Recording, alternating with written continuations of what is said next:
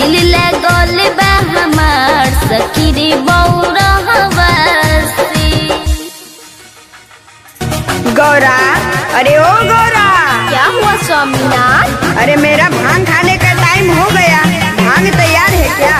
स्वामी आपको तो सिर्फ भांग की चिंता है, क्या आपको नहीं पता कि मुझे बहुत काम होता है? मुझे क्षमा करें, मैं भांग नहीं पीसूंगी। अरे गौरा, नाराज क्यों होती हो?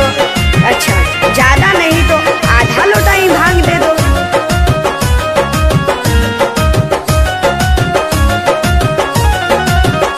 दिन राती करेला नासा, कब छोड़ी रहेला आशा।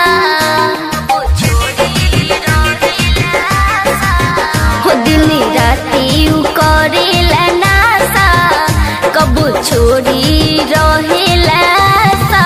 हो पर्वत ऊपर भंगिया पे सबे चौरहवा पे, दिल लगल बा हमार सखी रे बौरहवा से। दिल लगल बा हमार सखी रे बौरहवा से।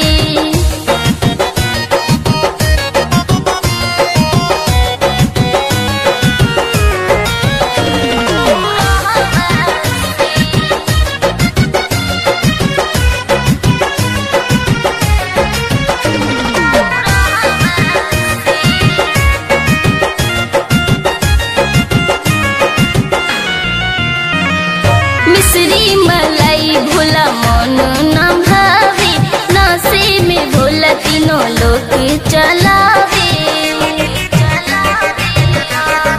हाँ हाँ, मिश्री मलाई भोला मन न भावे, नशे में भोला तीनों लोग चलावे।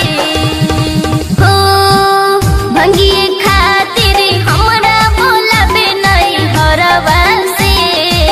दिल लगल बा हमार सखी रे बौरहवा से। दिल लगल बा हमार सखी रे बौरहवा से।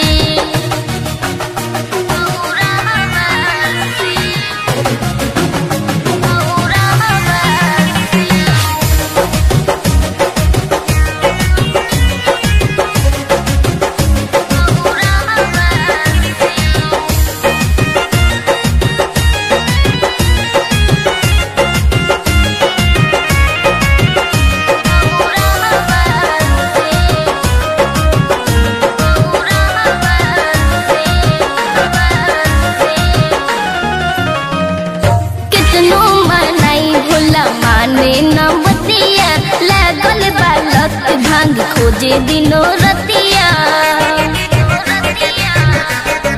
हो कितनो मनाई भोला माने न बतिया, लागल बालक भांग खोजे दिनों रतिया। हो डर बड़ी लागे हमरा भोला घरवा से। दिल लगल बा हमार सखी रे बौरहवा से। अरे दिल लगल बा हमार सखी रे बौरहवा